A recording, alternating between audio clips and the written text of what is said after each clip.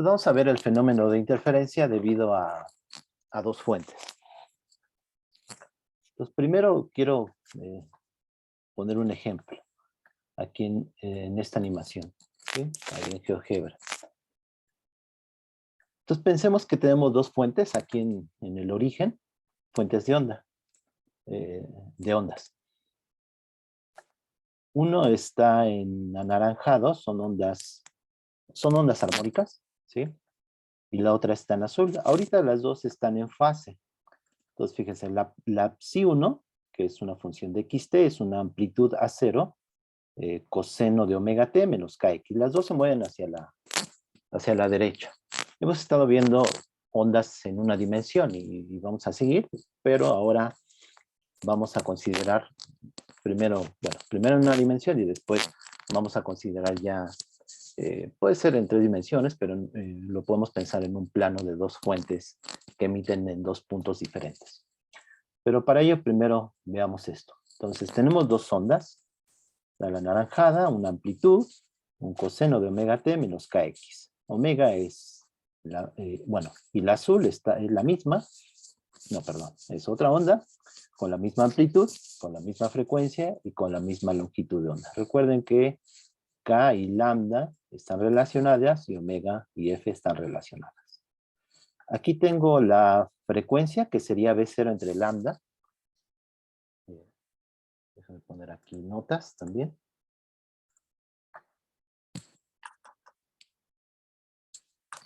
Pues tenemos ciertas relaciones que ya sabemos para las ondas armónicas, ¿no? Ondas armónicas.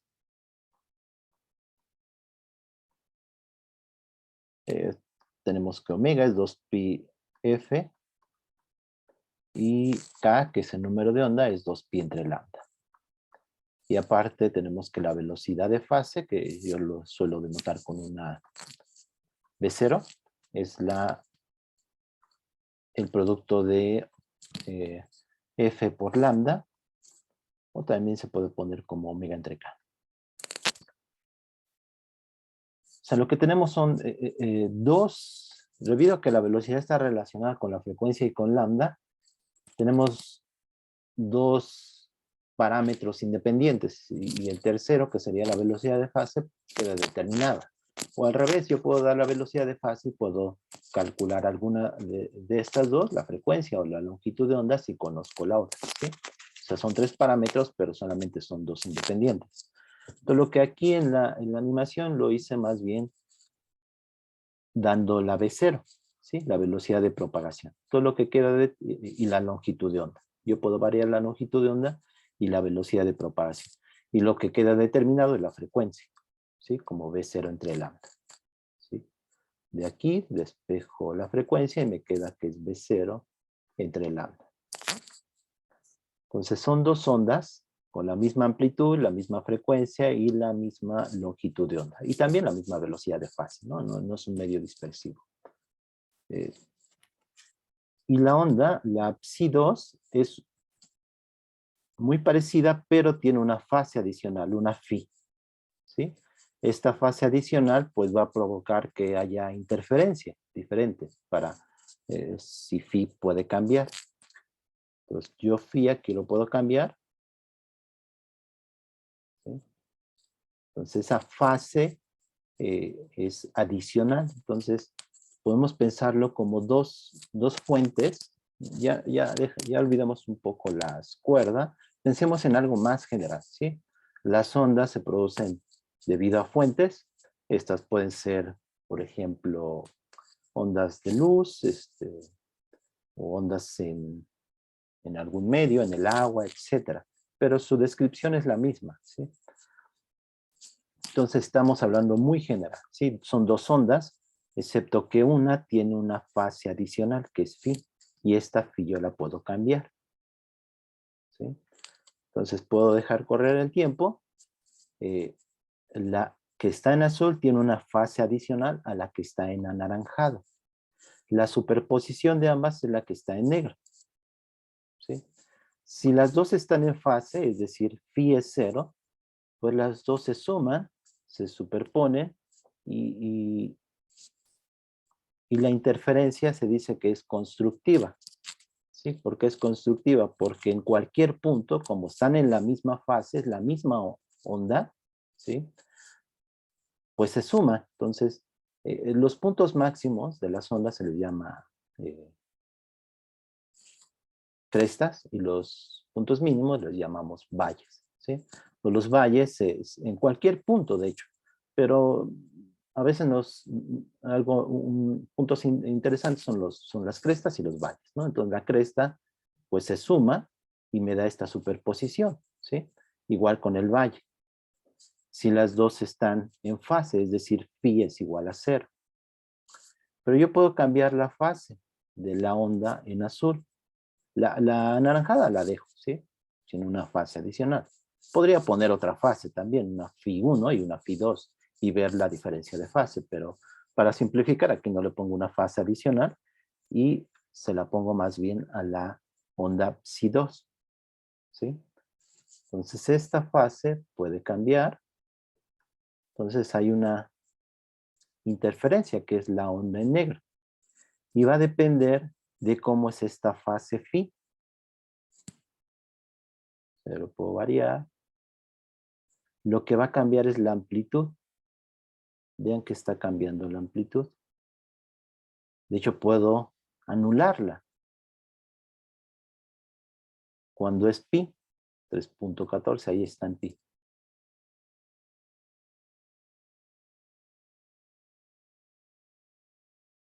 A ver si la tiene, pero ahí está.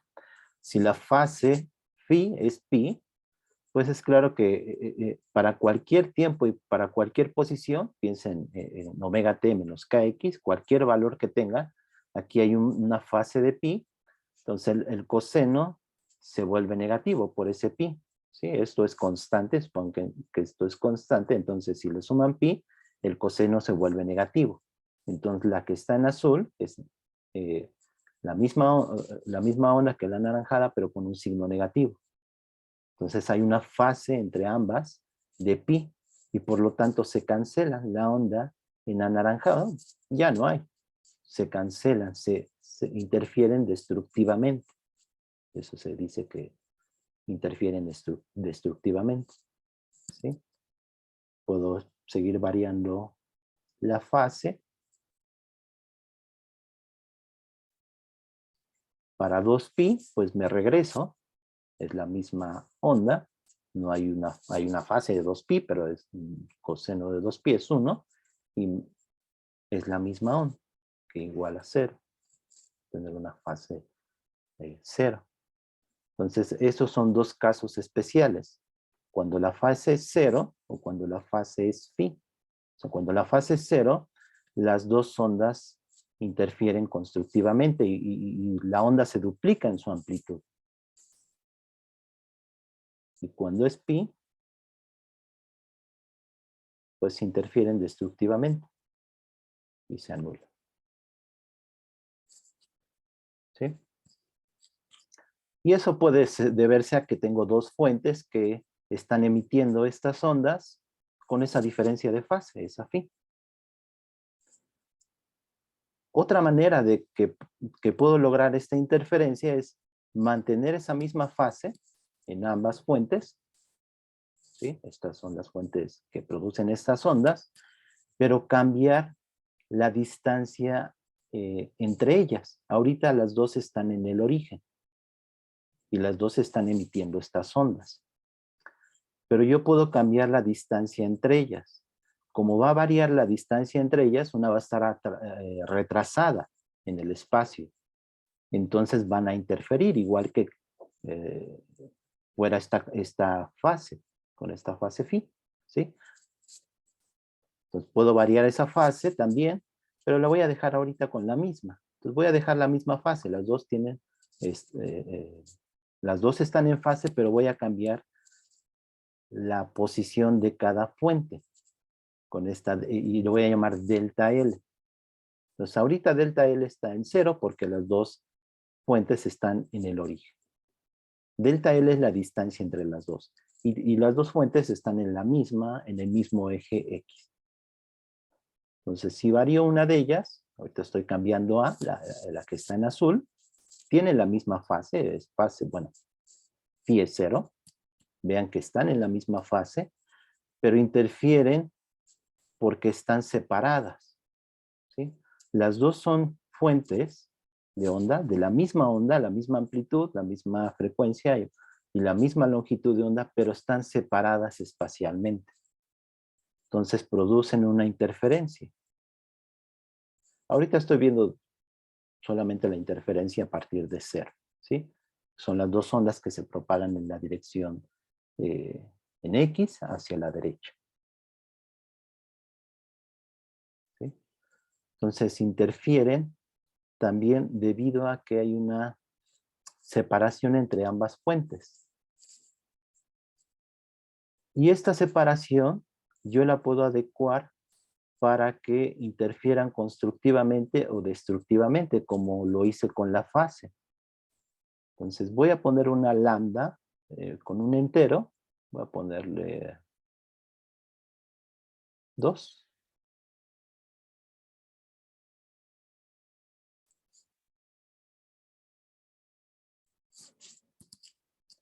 Y voy a ver qué pasa cuando voy separando estas dos fuentes, que es delta L. Entonces, para delta L igual a 0, pues están en fase, ¿sí? Y las dos interfieren constructivamente. ¿Qué pasa si le doy lambda medios? Que sería 1. Delta L sería 1.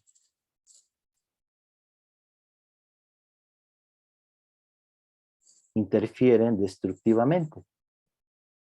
Porque hay una separación entre ambas. Las dos están en fase otra vez, pero hay una separación de lambda medios. ¿Sí? Entonces, cuando está en anaranjado, es su cresta en este punto que estoy ahora marcando, la cresta de la onda en azul, de psi2, está retrasada y por lo tanto corresponde al valle de la función en anaranjado de psi1. Por lo tanto, interfieren destructivamente. ¿Sí? ¿Qué pasa si delta L le doy una longitud de onda? Que sería 2.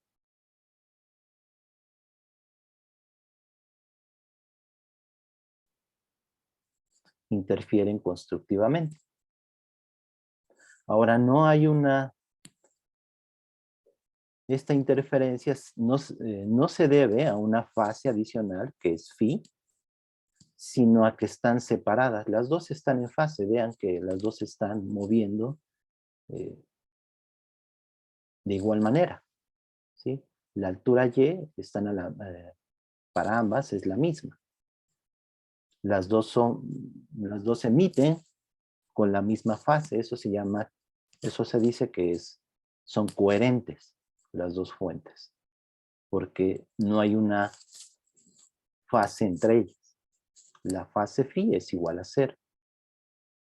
Pero debido a que están separadas, interfieren ya sea destructivamente o constructivamente, y para una distancia intermedia también interfieren. Pero dos importantes es cuando interfieren constructivamente o destructivamente, cuando suman o cuando se cancelan. Entonces se cancelan para cuando la distancia entre ellas es media longitud de onda, que es 1, interfieren destructivamente, y cuando la distancia de separación entre ambas es una longitud de onda, interfieren constructivamente. O múltiplos de la longitud de onda. Si le doy delta L igual a 3,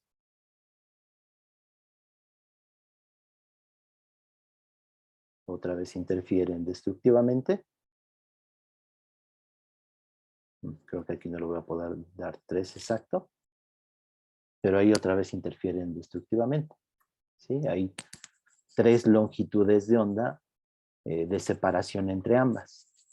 Y cuando le doy, creo que sí puedo llegar a 4, 3.9, que sería 4 casi, sería 2 veces la longitud de onda, interfieren constructivamente. Entonces, para múltiplos de la longitud de onda, múltiplos enteros, interfieren constructivamente, y múltiplos semienteros de la longitud de onda interfieren destructivamente. Esa es una interferencia debido a que las ondas provienen de fuentes que están separadas. Ahí está, ya le había dado en 3.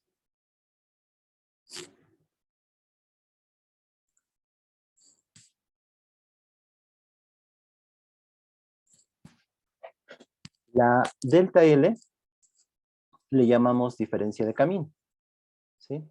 Y es una diferencia de camino porque en cualquier punto, nos ponemos en un tiempo dado, y en cualquier punto en X, recuerden que este es eje horizontal, es X, en cualquier punto, la onda, la superposición de ambas ondas se da debido a que provienen de diferentes puntos, ¿sí? De las fuentes.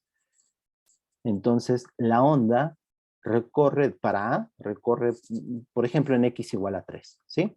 Entonces, en X igual a 3, la onda que proviene de A, de la fuente A, pues recorrió de 0 a 3, pero adicionalmente recorrió el delta L, ¿sí? La distancia que separa de B, y la onda que proviene de B simplemente recorrió 3. Entonces, la diferencia de camino entre ambas fuentes que recorren para llegar a 3, pues es delta L, es la separación entre ambas fuentes. Eso se le llama diferencia de camino.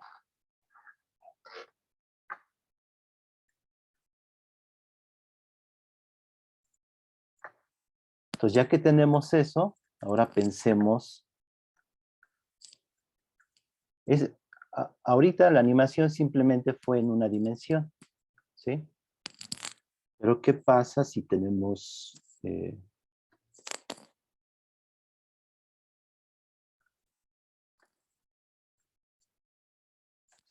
fuentes que emiten ondas circulares? Pensemos en ondas circulares. Entonces déjenme quitar algunas cosas.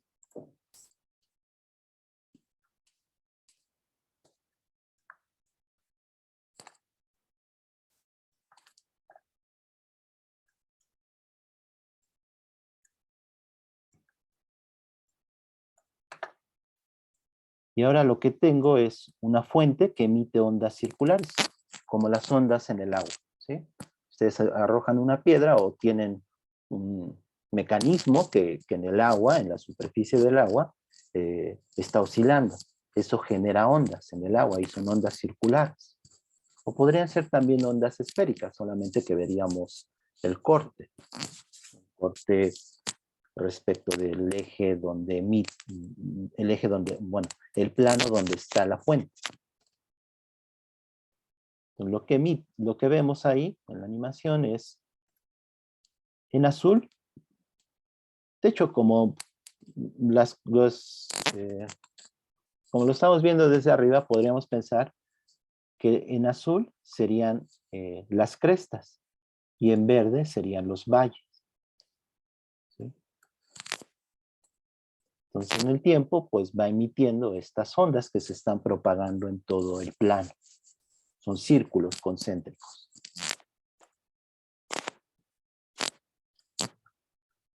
Aquí tenemos la longitud de onda. Podemos ponerla en 1. Una vez más, aquí yo doy la velocidad de fase, la velocidad de propagación. No cambia nada la velocidad de propagación, al menos en la geometría de las ondas, ¿sí? Lo que sí cambia es la longitud de onda. Entonces, si le doy 1, pues entre esta en azul, bueno, entre 2 en azul está una longitud de onda, o entre 2 verdes, que serían los valles, está una longitud de onda. Estos círculos se les llama frente de onda, ¿sí? En física, en ondas, les llamamos frente de onda. son aquellos que tienen fase constante. ¿Sí se acuerdan? Entonces, aquí para simplificar, estoy nada más tomando las crestas y los valles. Podemos ver, de hecho, la onda, si fuera en el eje X, obviamente está variando. Entonces, las crestas son los máximos y los valles, que son en verde, serían los mínimos. Son ondas armónicas otra vez.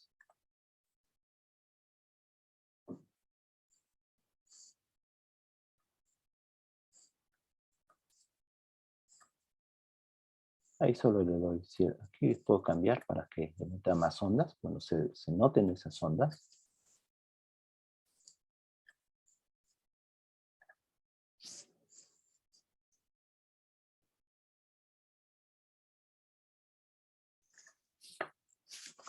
Ahora, ¿qué pasa si pongo otra fuente? Pues el patrón de interferencia pues ya es más interesante.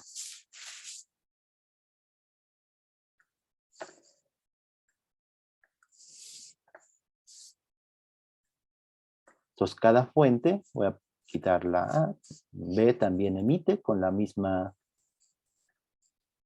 longitud de onda, la misma frecuencia, la misma velocidad de fase, pero las dos están en fase, emiten con la misma fase, son fuentes coherentes, de lo que les acabo de decir. Dos fuentes coherentes significa que no hay una fase entre ellas, ¿sí?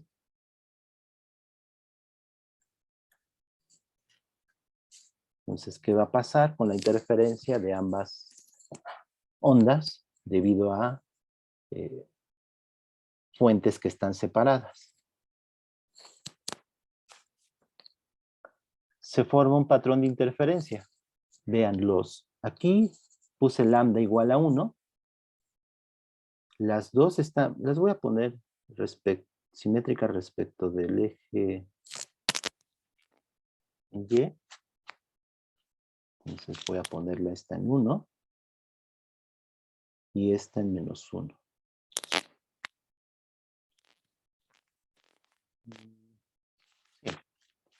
Vean, la longitud de onda es 1.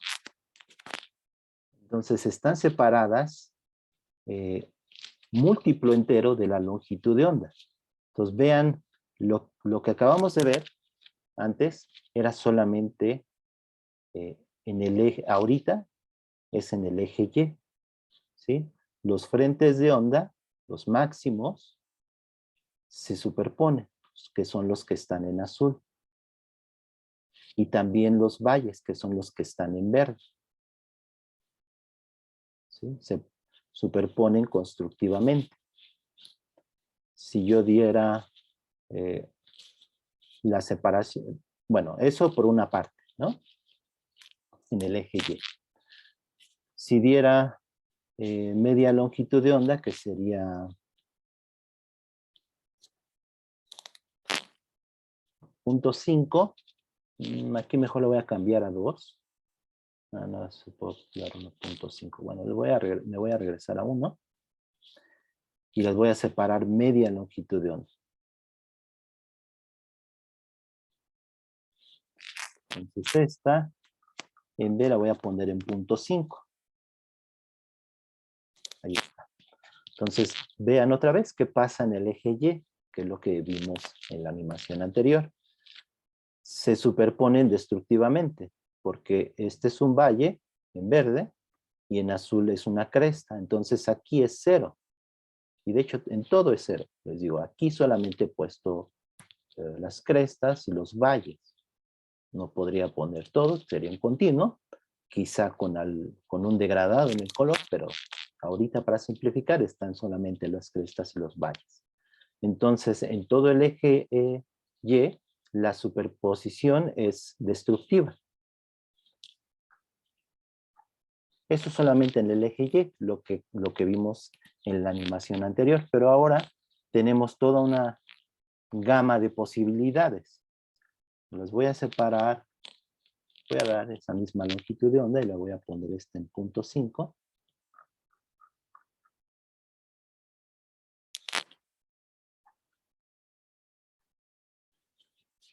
Si tenemos dos en azul, por ejemplo, en estos puntos que estoy indicando, hay una interferencia constructiva. ¿Sí? En este punto, en este punto, en este punto, en este de aquí, en este de aquí, en este de aquí. ¿Sí? Ahí es un caso. También están en el eje Y, por lo que porque la separé una longitud de onda. Entonces, se superponen constructivamente. Pero también en estos puntos, vean, en estos puntos que son dos crestas, se suman constructivamente. Y aquí también, en verde, donde estoy indicando, también se suman constructivamente. Los dos son valles, serían negativos. Es una onda, como en este caso, una onda senoidal, ¿sí? Pero pueden estar separados cualquier distancia. Y lo que va a suceder, pues, es una superposición. Vean aquí, los puntos, bueno, estos puntos que estoy señalando son una interferencia constructiva. ¿Sí? En azul. Y en verde también. Cuando están dos verdes, hay una interferencia constructiva.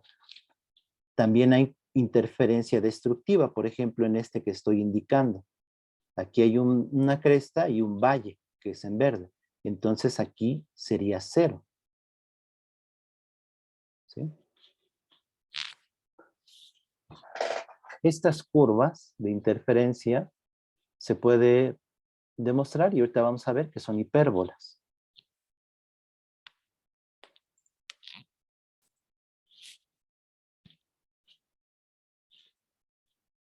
Y este m es un entero que me indica dónde está la posición de esas interferencias. ¿Sí?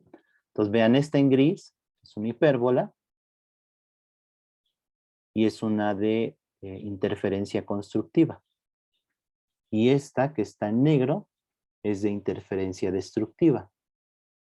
Serían ceros. Si esto fuera luz, si fueran dos fuentes de luz, estas curvas serían zonas oscuras. Y esta hipérbola, esta que está en gris, marcaría las zonas luminosas debido a dos fuentes de luz. También en el agua se notan estas interferencias. Pues tenemos interferencia constructiva e interferencia destructiva.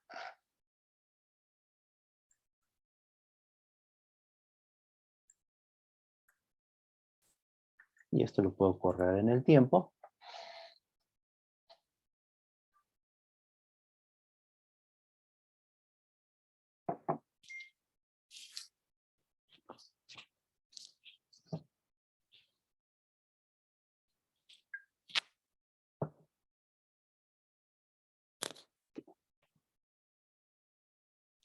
Y ahí bueno, solamente lo doy para cierto tiempo, pero seguiría continuamente emitiendo ondas. Esto es lo que veríamos en el agua. ¿Sí? Si ustedes mueven las manos en dos puntos, ¿no? O con algún objeto, verían este patrón de interferencia.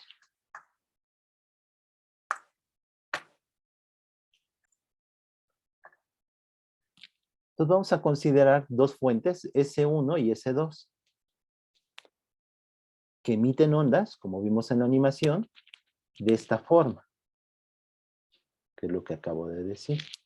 Entonces, si 1 es una función de R, pero estoy fijándome en la interferencia debido a las dos ondas emitidas de S1 y S2 en un punto P de coordenadas X, Y. Entonces, ¿qué pasa en este punto? O sea, yo ya fijo ese punto. Entonces, esta onda proveniente de S1 va a ser una amplitud coseno de omega t menos KR1. ¿Sí? Cuando lo hicimos en una dimensión, considerábamos X. ¿Sí? Y era una onda que se mueve pues en el tiempo depende del tiempo y depende de la posición. Pero ¿qué pasa en cierta X? En X0, pues en esta posición sé que es una función del tiempo evaluada en X0. Eso es lo que estoy diciendo aquí. Solamente que R1 es la distancia radial de S1 al punto de interferencia P. Y lo mismo con la onda proveniente de S2. Es un coseno de omega t menos KR2. R2 es la distancia de la fuente S2 al punto de interferencia. Este punto de interferencia pues puede ser cualquiera. Y quiero ver qué sucede en ese punto, cómo se suman esas ondas. Ya vimos que va a depender, a final de cuentas, de la diferencia de camino. Aquí la diferencia de camino entre ambas ondas es este delta L. Las dos están en fase, son fuentes que están en fase. Déjenme ver si lo pongo aquí en las notas. S1 y S2 son las fuentes y están en fase.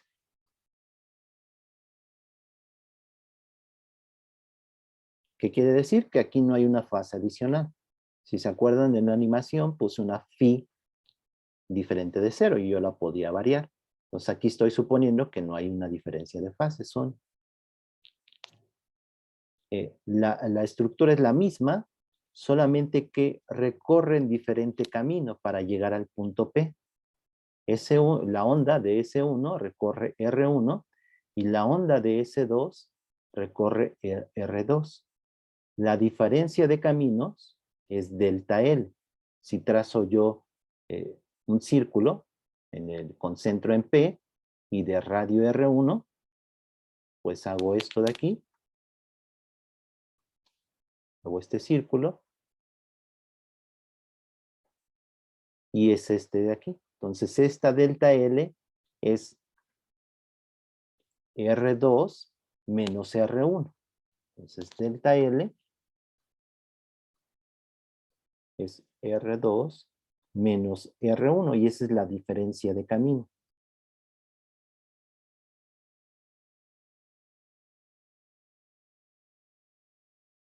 Cuando estudiamos interferencia de dos fuentes o de muchas fuentes, lo más importante es ver cuál es la diferencia de camino entre ambas fuentes al punto de interferencia. Siempre, ¿sí? Entonces este va a ser lo que tenemos que encontrar.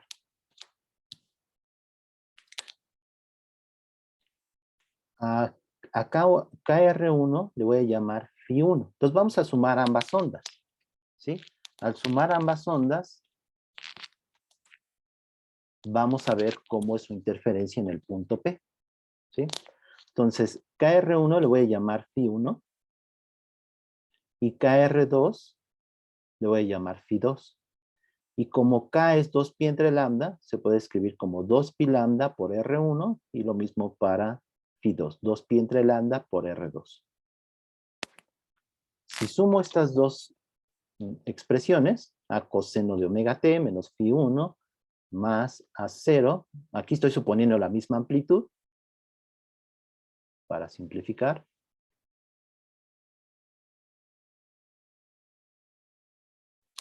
Si la sumo, se puede llegar a este resultado, ¿sí? No lo voy a hacer. Si me da tiempo, lo hacemos. Una manera sencilla es con números complejos. Si no, de hecho también se puede hacer usando identidades trigonométricas y estoy viendo si se los dejo como ejercicio. Los guiaría para llegar a esta expresión, ¿sí? Pero el resultado es esto. Es un coseno en omega t con una fase y una amplitud, ¿sí? Entonces tenemos una amplitud, tenemos una variación en el tiempo con una fase adicional, ¿sí? No se pierdan. Estamos viendo la interferencia en el punto P, ¿sí?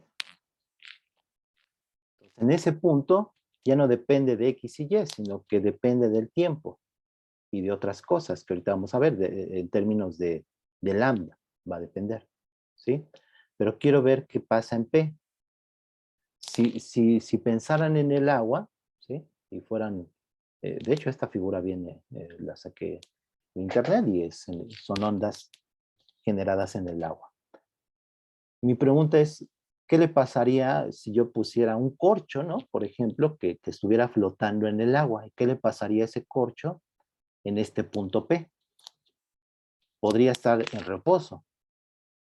Eso significaría que es una construcción, una interferencia destructiva. O a lo mejor se está moviendo, está oscilando de arriba hacia abajo. Eso significaría una interferencia constructiva o un intervalo entre esos dos extremos, ¿sí? Pero les digo, lo que nos interesa son una interferencia constructiva y una interferencia destructiva. Entonces, esto va a ser una función en el tiempo, que es lo que está aquí, ¿sí? Pero la parte importante va a ser la amplitud y esta fase phi, ¿sí? Y esta fase phi y la amplitud son estas expresiones. Les digo, se puede llegar a esto sumando estas dos, usando identidades trigonométricas, o si me da tiempo, lo vemos con complejos. Pero la amplitud es esto de aquí.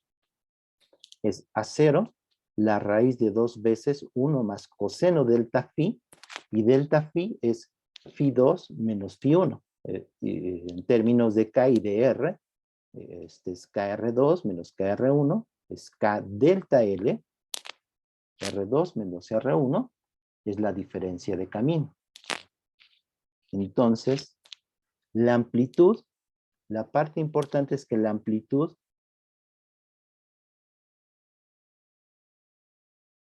depende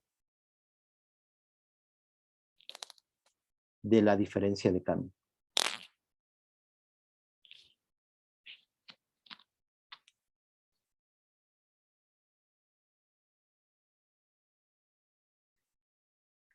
¿Sí? Aquí está.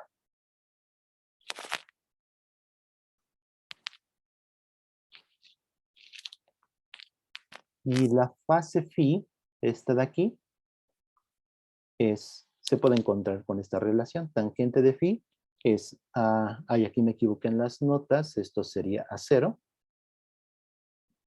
De hecho, se puede hacer en general. Si me da tiempo, lo hacemos con complejos en general. Sería A0.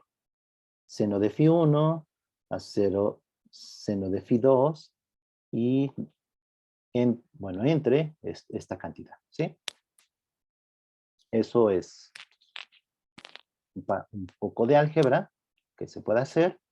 Con complejos se simplifica y a ver si lo podemos hacer. Pero la parte importante es esta de aquí. La amplitud depende de la diferencia de camino. Ya vimos que si esta diferencia de camino es un múltiplo entero de la longitud de onda, hay una interferencia constructiva. Si delta L es un múltiplo semientero de la longitud de onda, hay una interferencia destructiva. ¿Sí? Esta amplitud, que es esta de aquí, se puede simplificar usando esta identidad trigonométrica. ¿Sí? Coseno cuadrado de x en medios es igual a 1 más coseno de x sobre 2. Esto se puede demostrar o se puede verificar en tablas. Se pueden ver en tablas de identidades trigonométricas. Entonces, esta amplitud se puede escribir de esta manera. 2 veces A0, que es la amplitud de las ondas originales, por el coseno de delta phi sobre 2. Pero una vez más, esta diferencia de fase depende de la diferencia de camino. Entonces va a ser constructiva cuando esto es múltiplo de entero de lambda y va a ser destructiva cuando esto sea múltiplo semientero de lambda. ¿Sí? Y esta es la parte importante. Entonces, si esta diferencia de camino para este punto es un múltiplo entero de la longitud de onda, aquí va a ser una interferencia constructiva. Si es un múltiplo semientero, va a ser una interferencia destructiva. Siempre para cualquier problema de interferencia debido a dos fuentes que están separadas, lo importante siempre es la diferencia de camino. En ese punto de interferencia, el punto de interferencia P, la interferencia va a ser constructiva. Si la diferencia de caminos es múltiplo entero de la longitud de onda, y va a ser destructiva. Si es múltiplo semientero de la longitud de onda. Y todo este detalle es, en realidad sí requiere su álgebra que hacer, pero la parte importante es lo que acabo de decir. La amplitud, si se acuerdan, la intensidad depende del cuadrado de la amplitud. ¿Sí? Si, esto es importante para óptica, para ondas de luz. Cuando tenemos ondas de luz, lo que podemos ver en realidad es la intensidad. Lo que podemos medir es la intensidad. Por eso esta expresión es importante. La intensidad depende del cuadrado de la amplitud. Y esta sería su expresión. ¿Sí? La amplitud es esta de aquí. Y esta sería su expresión. Va con un coseno cuadrado de la diferencia de camino entre lambda por pi.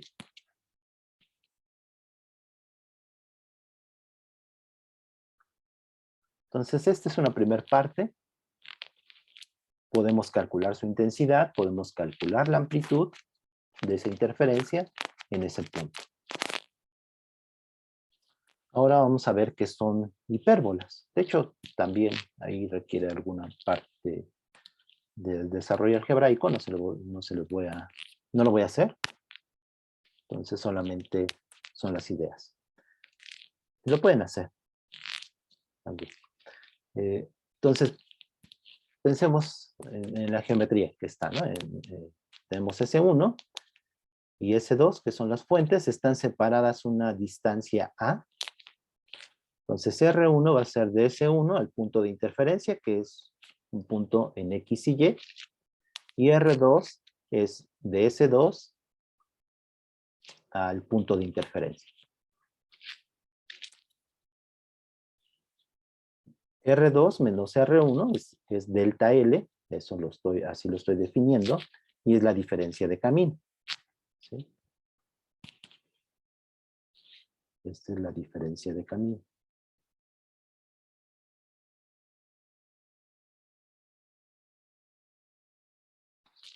Y ya vimos que esta diferencia de camino es, si es múltiplo entero de lambda, la interferencia es constructiva, y si es múltiplo semientero de lambda, la interferencia es destructiva.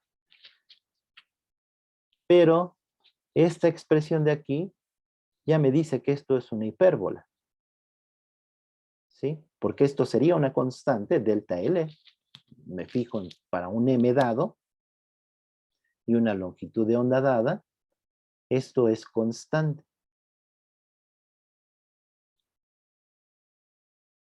Y esta es la diferencia la definición de una hipérbola. Y aquellos puntos que satisfacen tal que la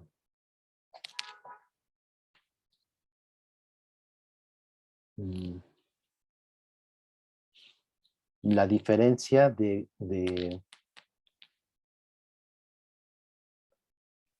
distancia, ¿no? De dos puntos fijos, que sería R2 menos R1, es una constante. Esto por definición es una hipérbola. Podemos encontrar su expresión en X y Y. Eso es lo interesante. Entonces R1, vean que es este de aquí, es esta distancia, y lo podemos poner en términos de X y Y. Entonces R1 al cuadrado, que es lo que está aquí, ¿quién sería? Pues es esta distancia. Usamos este triángulo. Déjame usar otro color. Entonces este es R1. Y para encontrarlo usamos este triángulo.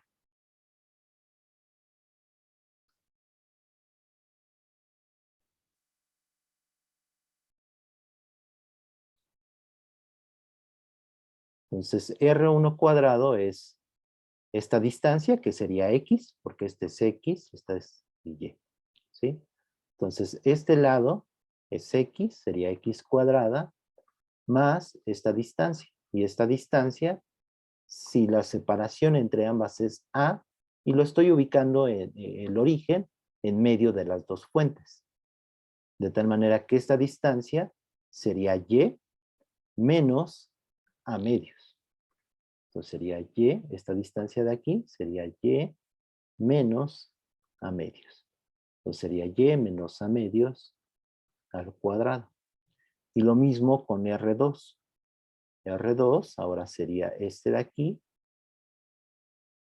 Me fijo en este triángulo rectángulo. Este sería X otra vez. Y ahora esta distancia, este lado sería Y, que es todo esto de aquí, más A medios. Este es A medios, ¿no? Y este de aquí es A medios. Entonces, toda esta distancia de aquí a aquí sería Y más A medios. Y X es el mismo lado, por lo tanto, esto sería X cuadrada más Y más A medios. Todo eso al cuadrado. Y solamente hay que escribirlo aquí, ¿no? ¿Quién es R2? ¿Quién es R1? Aquí está, habría que sacar la raíz y hacer un poco de álgebra, ingeniárselas, y uno puede llegar a esta expresión de la hipérbola. Depende de delta L. Delta L es la diferencia de camino. Por eso depende de un M. En la animación que les puse depende de un M. Entonces esto se le llama órdenes. El orden de interferencia. Para M igual a 1, 2, 3, etc. Interferencia destructiva e interferencia constructiva. Son hipérbolas las que se forman. Serían zonas de interferencia constructiva, serían curvas de interferencia constructiva y curvas de interferencia destructiva, dependiendo de delta L, para cierta longitud de onda.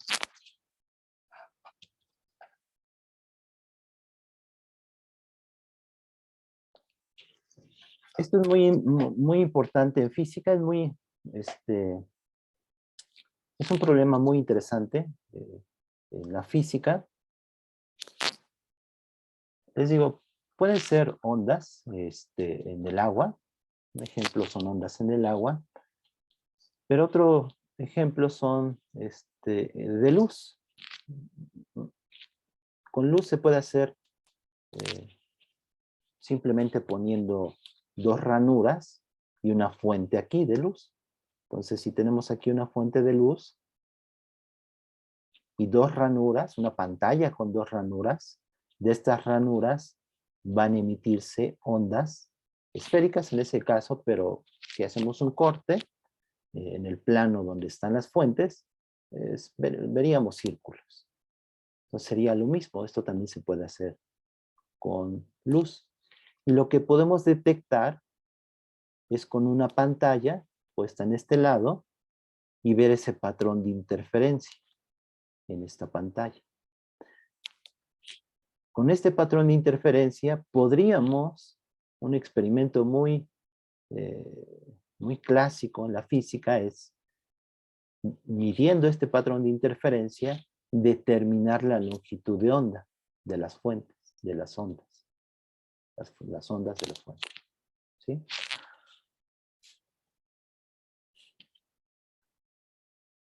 El patrón de interferencia que se nota es este de aquí.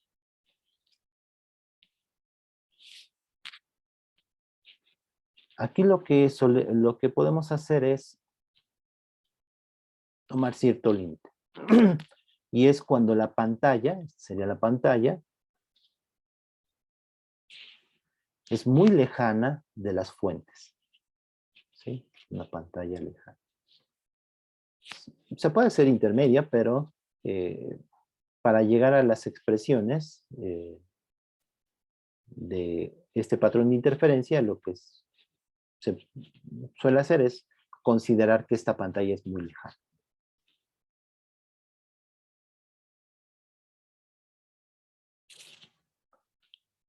Si la pantalla es lejana, podemos hacer ciertas aproximaciones.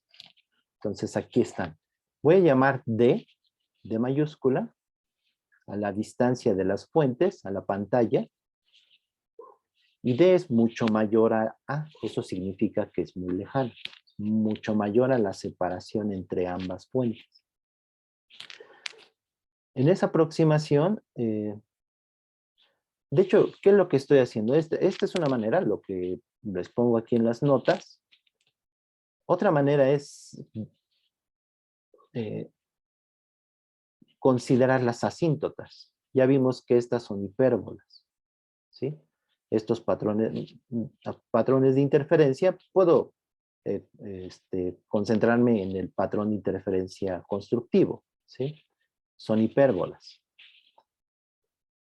Puedo ver la asíntota de esas hipérbolas. ¿Qué es lo que voy a hacer aquí? Esa es otra manera, con las asíntotas. Calcular la asíntota de esas hipérbolas y con eso calcular YM.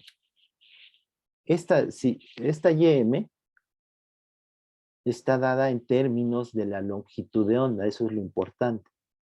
Y esta YM, lo que le estoy llamando YM, es a la altura en esta pantalla donde se da la interferencia constructiva.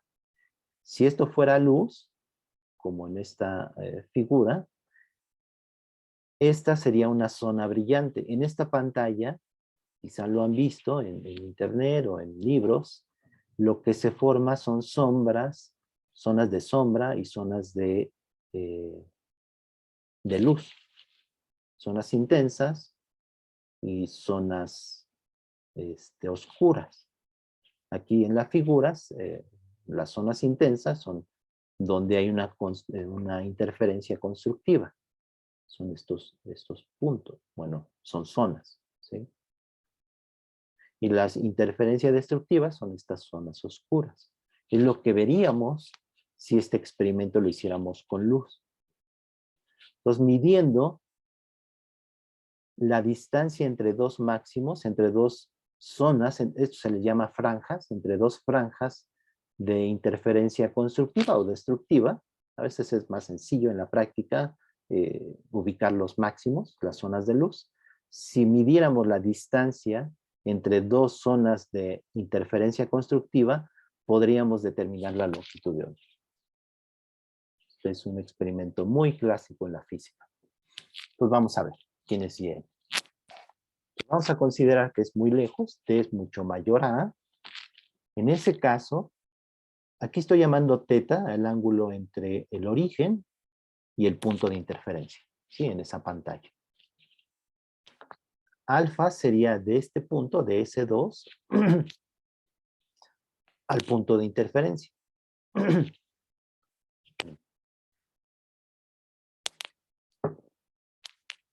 Si esta pantalla está muy lejos, estos ángulos son prácticamente iguales.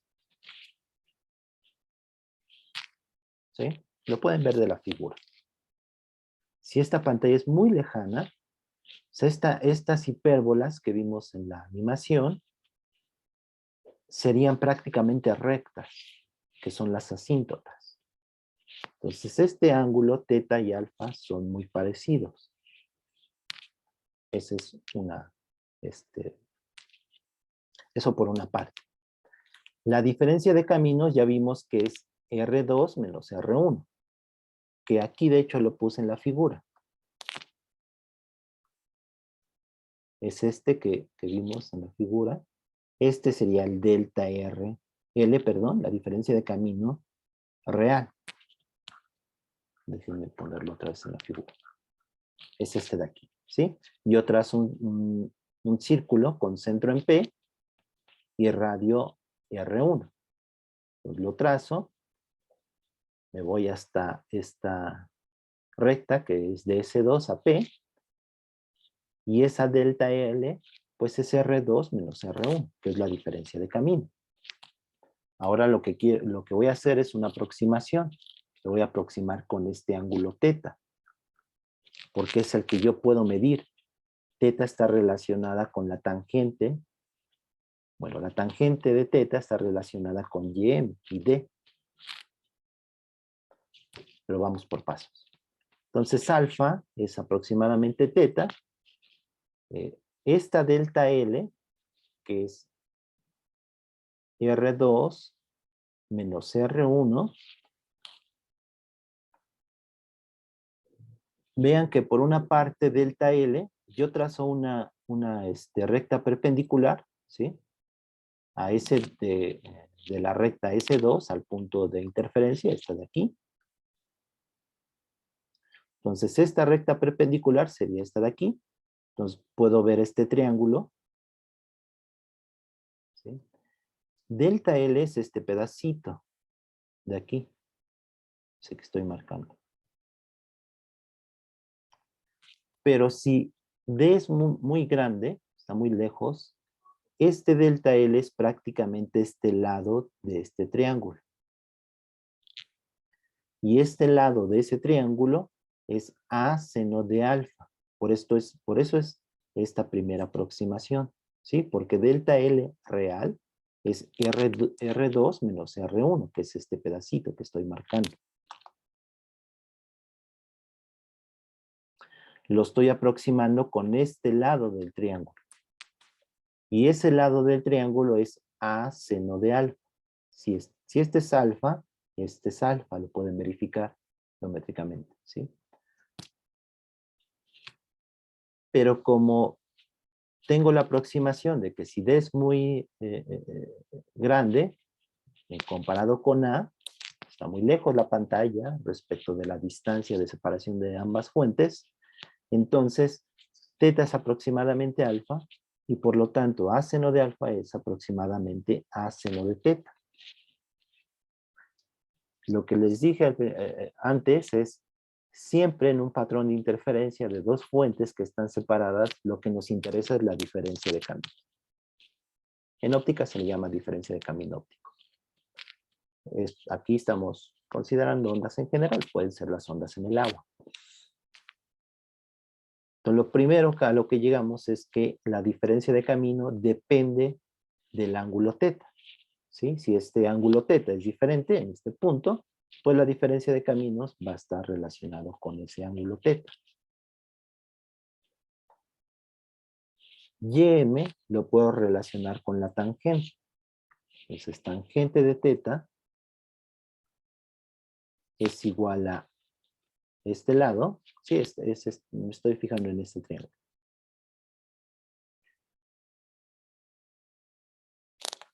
Tangente de teta es YM,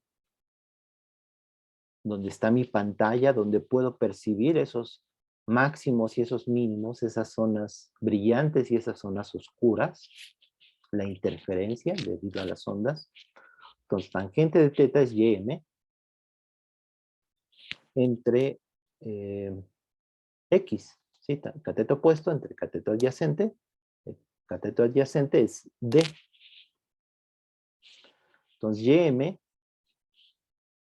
es precisamente tangente de teta por D. Si teta es pequeño, ¿sí?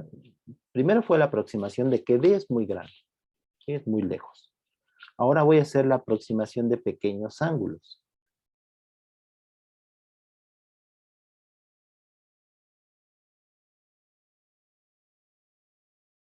Entonces, teta es mucho menor a 1.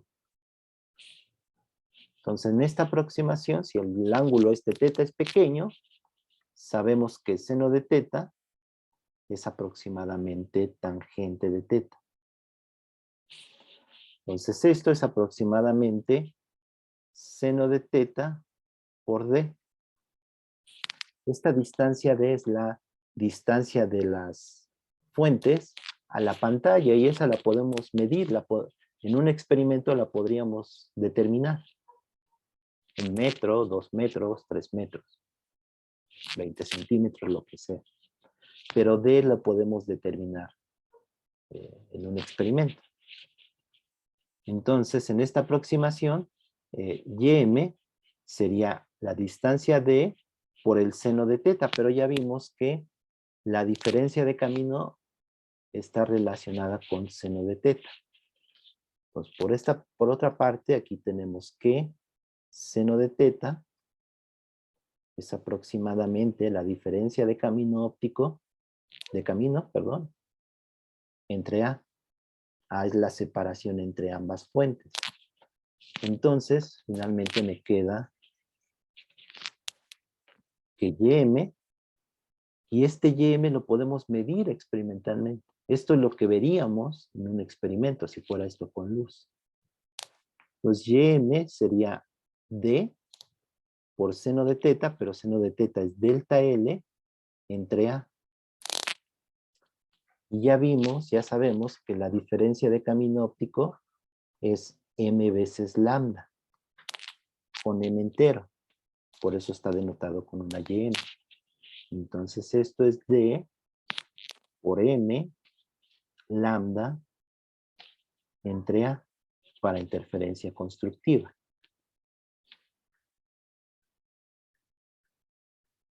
Que serían las zonas intensas, las zonas brillantes.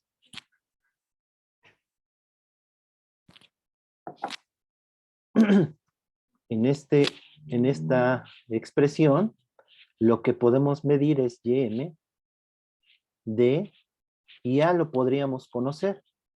Y eso nos daría lambda. Y podemos escoger, este M nos da un orden, se le llama orden de intensidades, creo. Entonces aquí sería para M1, por ejemplo, y después M igual a 2, para M igual a 1, de aquí, estamos viendo las zonas intensas, para M igual a 2, y así es, ¿sí? Aquí hay una zona brillante que tiene que está más gruesa, ¿sí? Pero este es el resultado de esta función, esta es la función, coseno cuadrado de pi d seno de teta entre lambda, y teta es esta es la intensidad. Es este de aquí. Si fuera con luz, eso es lo que determina qué tan brillante o qué tan oscuro es en este patrón de interferencia. Por eso es esto que está aquí, por eso está en un degradado de color. Lo amarillo es el máximo y lo oscuro es un azul, es el mínimo. ¿Sí? Entonces esto no son puntos, ¿sí? Pero las zonas intensas las podemos determinar. Dependen, bueno, hay una para cada N. Entonces, para un M dado, midiendo estos parámetros, conociendo esta A, podemos determinar la longitud de onda. Podemos medir la longitud de onda con este experimento. Es un experimento muy importante en la física.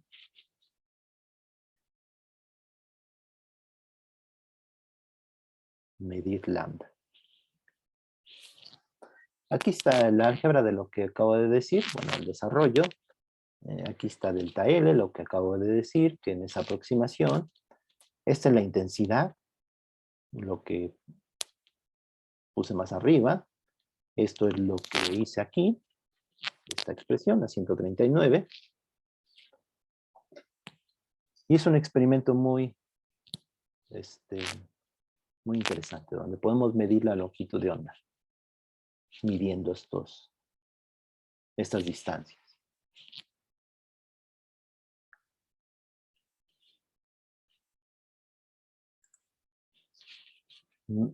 Yo, bueno, un grupo de profesores lo hicimos, y bueno, se puede hacer esto con, si ustedes tienen, este de aquí, fue para 2 fuentes, ¿sí? Les había dicho, si fuera con luz, una manera de hacer este experimento es teniendo una pantalla aquí y haciendo dos ranuras, precisamente a veces este experimento se le llama el experimento de doble ranura. Pues tenemos dos ranuras, aquí una fuente que emite luz y se crea este patrón de interferencia. De hecho, estaría interesante que lo intentaran reproducir, ¿no? Entonces deben de tener como una cámara, ¿no? Oscura para que vean este patrón. Pero sería una pantalla y dos ranuras para que se cree este patrón de interferencia. Podemos tener muchas fuentes.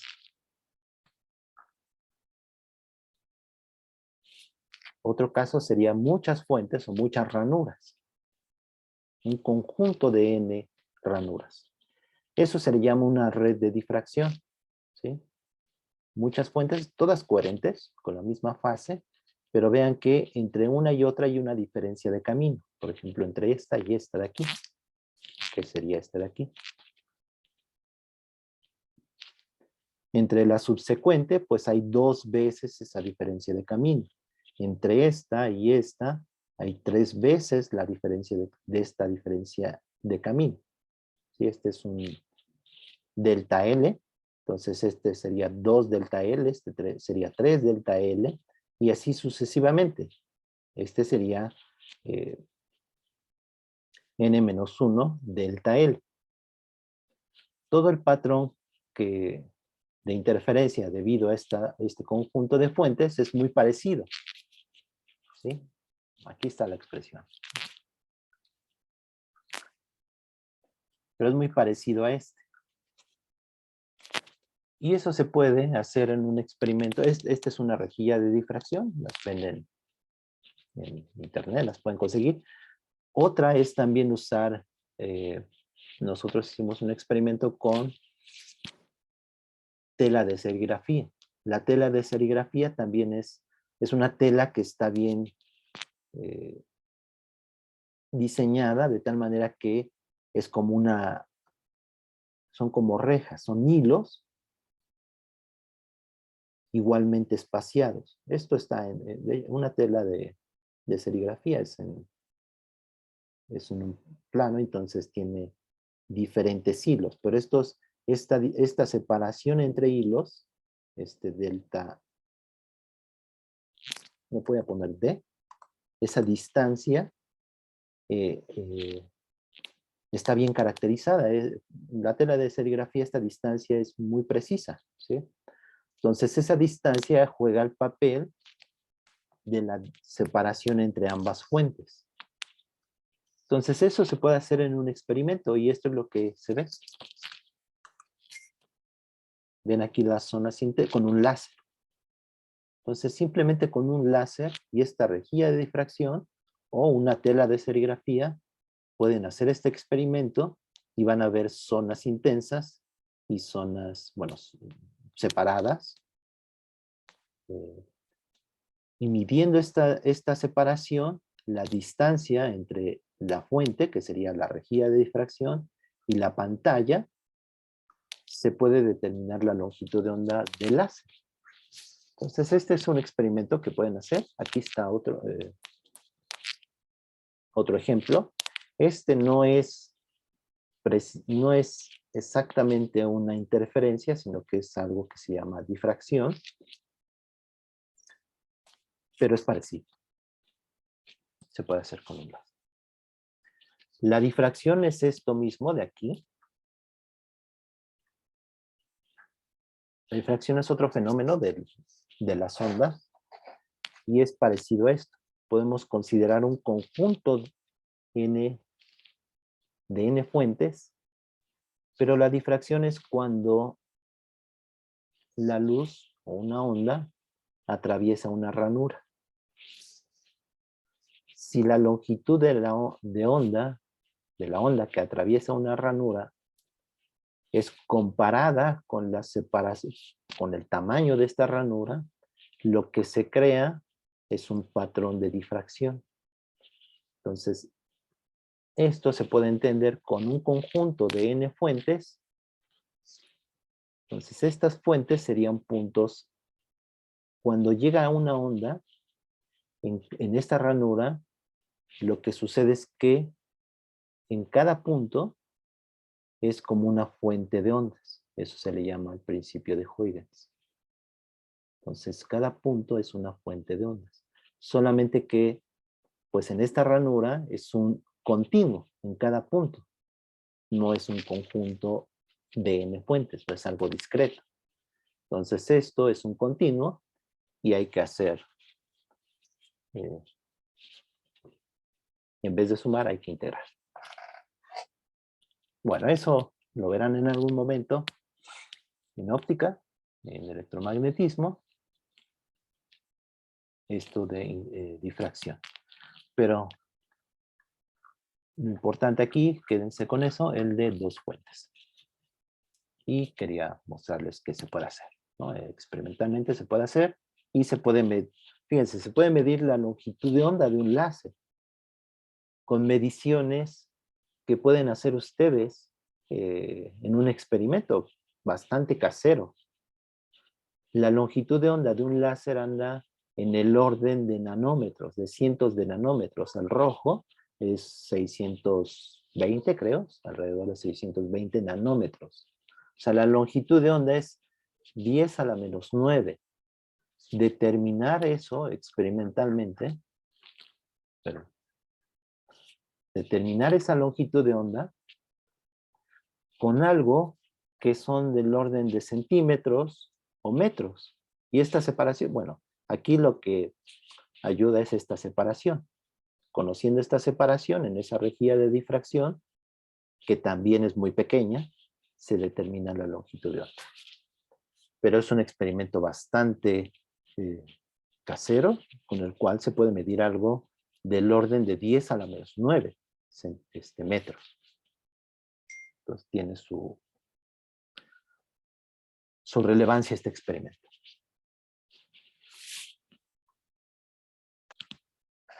Entonces, ¿cómo podemos sumar ondas? Nos podemos ayudar de los complejos, en los números complejos para sumar ondas. Son muy útiles los números complejos para representar ondas. No nada más para sumar, para calcular derivadas. De hecho, esto da origen a algo que se llama fasores, muy útiles para oscilaciones. Entonces, cosas que oscilan en el tiempo y que oscilan de manera armónica con un coseno o un seno, que son las ondas o el movimiento armónico simple o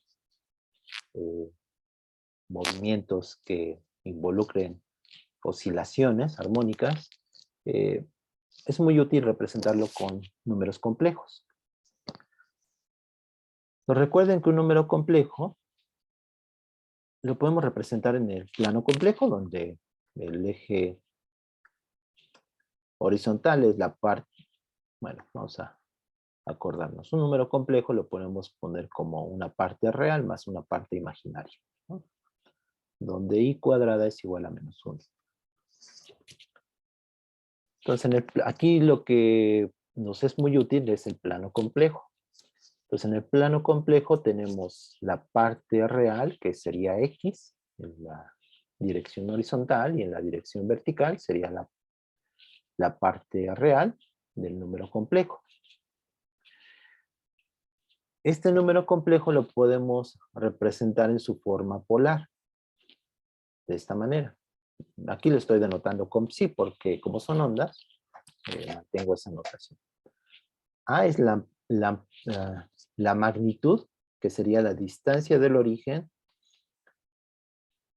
al punto de coordenadas en este plano, en el plano complejo, coordenadas x, y. Son parecidos a los vectores, su álgebra. Entonces, de hecho, su suma, ahorita vamos a ver que es muy parecida a la de los vectores. A es la distancia del origen al punto de coordenadas x y y, donde x es la parte real y y la parte imaginaria. Por E a la i teta, usando, bueno, empleando la fórmula de Euler, ¿sí? Esta de aquí, que es y a la, e a la i teta es coseno de teta más i seno de teta. ¿Sí? Entonces, este complejo lo puedo representar como a e a la i teta.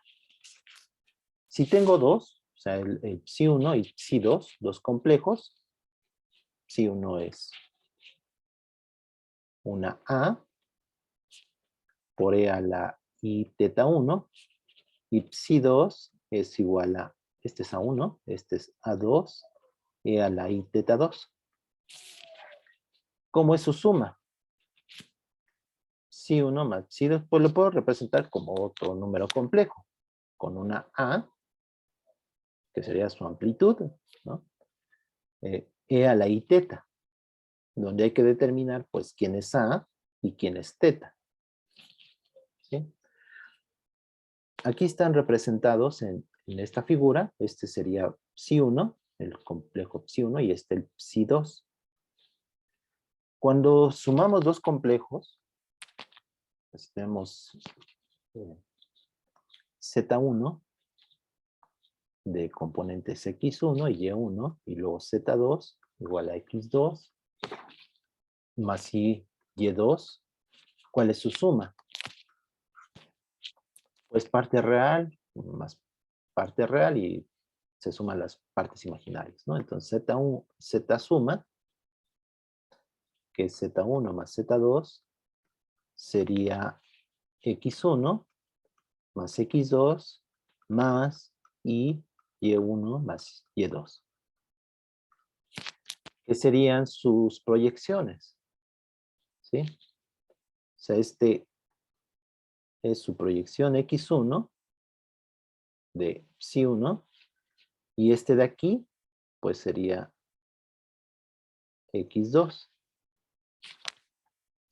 Entonces X1 más X2 es este de aquí, es esta distancia.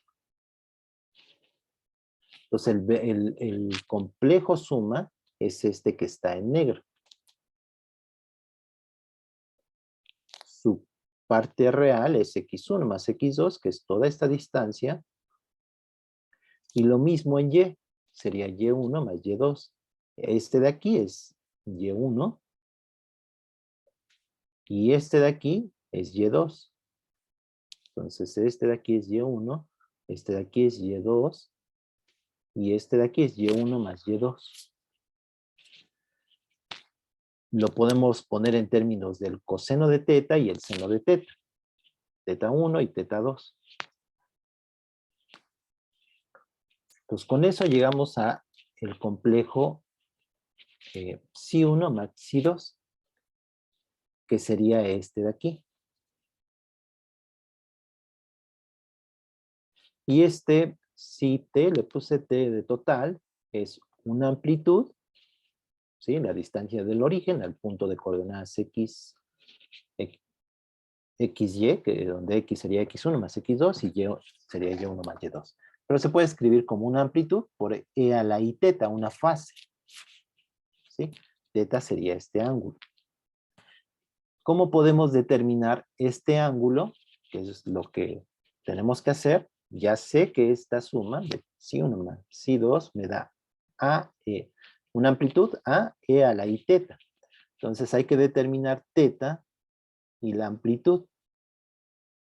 La amplitud la podemos calcular con la ley de cosenos. Sabemos A1, por eso es muy parecido a la suma vectorial, y A2 es este de aquí, es este lado.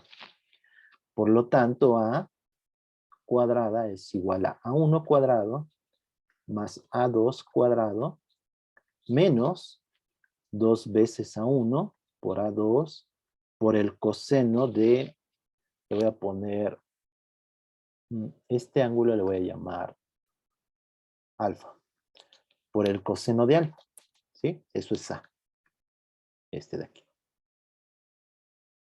A1 cuadrado más A2 cuadrado menos el doble producto del coseno opuesto, ¿no? Del ángulo opuesto al lado. Ahora, ¿cómo puedo relacionar este alfa con teta 1 y teta 2?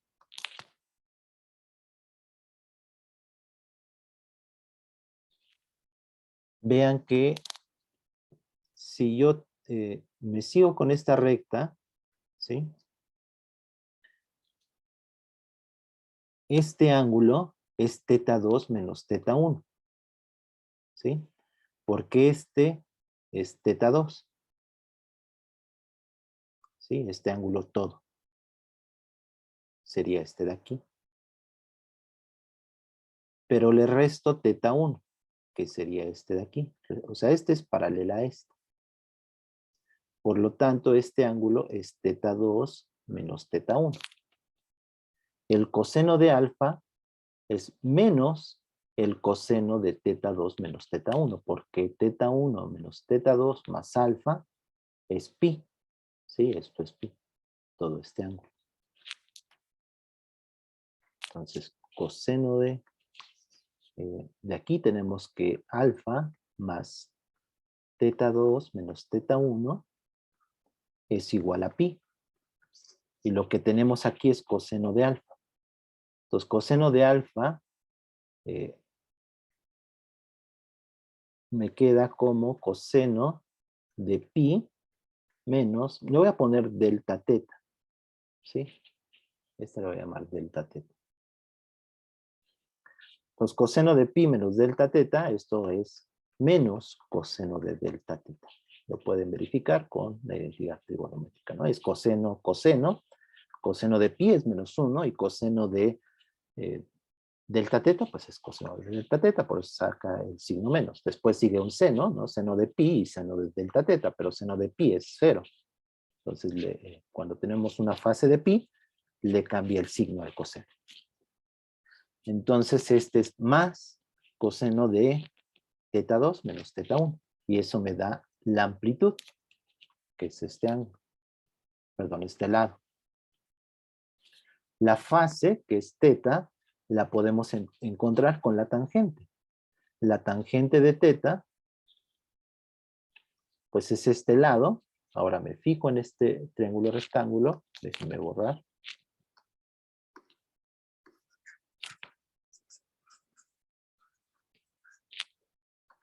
Ahora me fijo en este triángulo. ¿Sí? Entonces, tangente de θ es este lado, cateto opuesto, que sería precisamente este lado de aquí, más este lado de acá. Este lado es seno de θ1. Y este de aquí es seno de θ2. O sea, este A2 es este que está proyectado aquí. Y lo mismo con el cateto adyacente. El cateto adyacente sería este lado, ¿sí?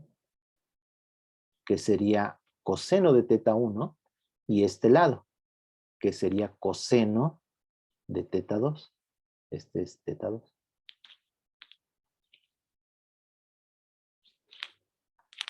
Todo este de aquí es θ2.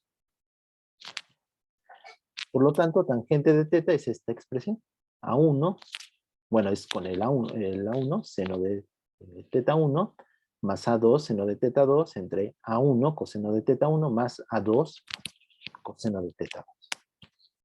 Entonces, con eso encuentro la fase y la amplitud, sumando complejos. Esto es muy útil para representar, en este caso, para una onda armónica. Les digo, en general, para representar oscilaciones. Entonces, una onda de este tipo, que son las que hemos considerado, una onda armónica, una amplitud coseno de omega t más menos kx, lo puedo representar como un complejo de cierta amplitud, e a la i omega t más menos kx. Esto por la fórmula de Euler es a coseno de omega t más menos kx y después con el seno de esa fase. Entonces, cuando lo representamos en su forma compleja, decimos que lo que nos interesa o la parte que representa la onda física es la parte real. Y de xt o de rt, aquí le puedo poner r, es la parte real de la del número complejo este de aquí. ¿Sí? La suma de dos ondas armónicas, que sería de este tipo, que es lo que les puse al principio,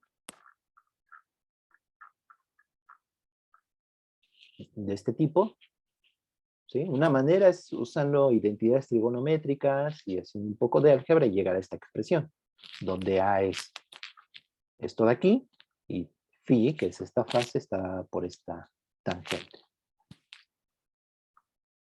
que es lo que acabamos de hacer con los complejos. Y otra manera es precisamente con los complejos. Entonces, estas dos ondas las represento como complejos, ¿sí? Con una phi1 y una phi2. Entonces, ¿cómo se suman? Y aquí la parte interesante y la parte donde se ayuda, ¿sí? Al sumar las ondas.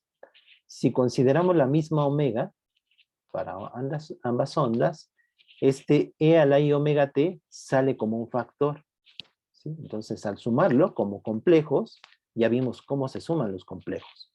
Pero aquí está escrito. Bueno, primero lo escribimos, ¿sí? Y lo que vemos es que podemos factorizar este término en e a la i omega t, ¿sí? Porque esa parte temporal no interfiere. En el ejemplo que hicimos es una interferencia espacial en la coordenada, no en la parte temporal, ¿sí? De hecho, también se puede hacer este mismo procedimiento para ver interferencia en la parte temporal, interferencia de ondas en la parte temporal. Aquí lo estamos haciendo en la parte espacial.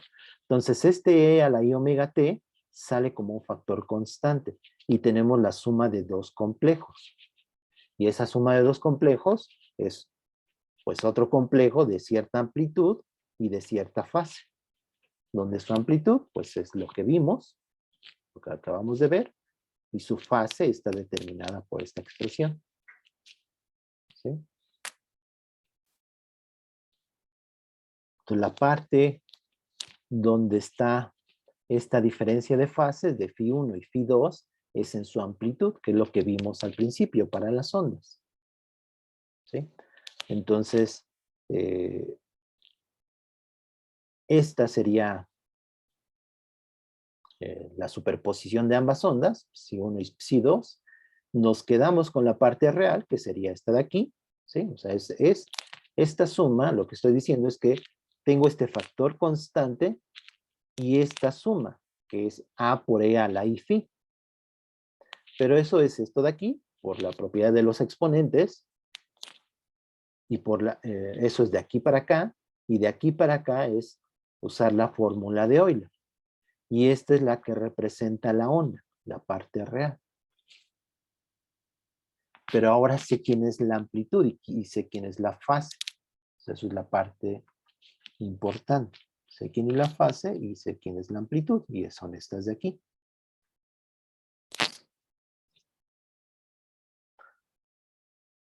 Y esto es lo que, el resultado que tomé en cuenta al principio. Se puede hacer con complejos. Ya por último, fíjense que esto permite hacer la suma de muchas fuentes, muchas ondas con la misma frecuencia, con la misma omega. Entonces representarlos de esta manera, pero con diferentes fases, phi1, phi2, phi3, etc. Entonces esa suma se puede hacer.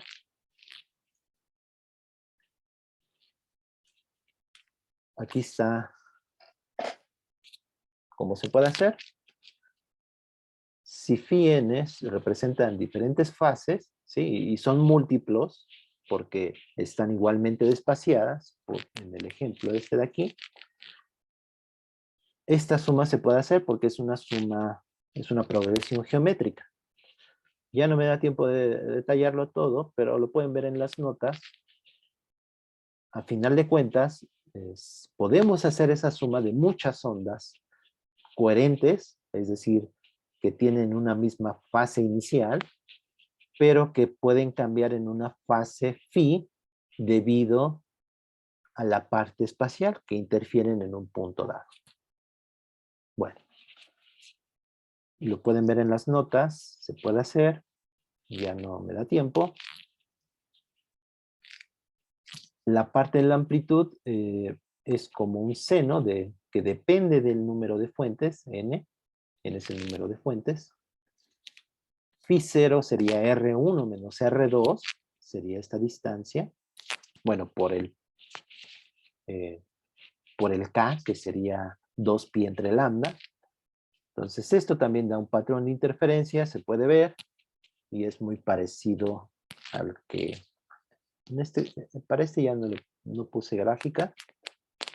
Esta es la intensidad, es la parte importante. Si fuera ondas de luz, iría con de esta manera, con un cuadrado en el seno. Y recuerden, tiene que ver con la diferencia de camino óptico. Y la diferencia de camino óptico, pues, va a ser m lambda, si es constructiva, y 2m más 1, lambda medio, si es destructiva. Bueno,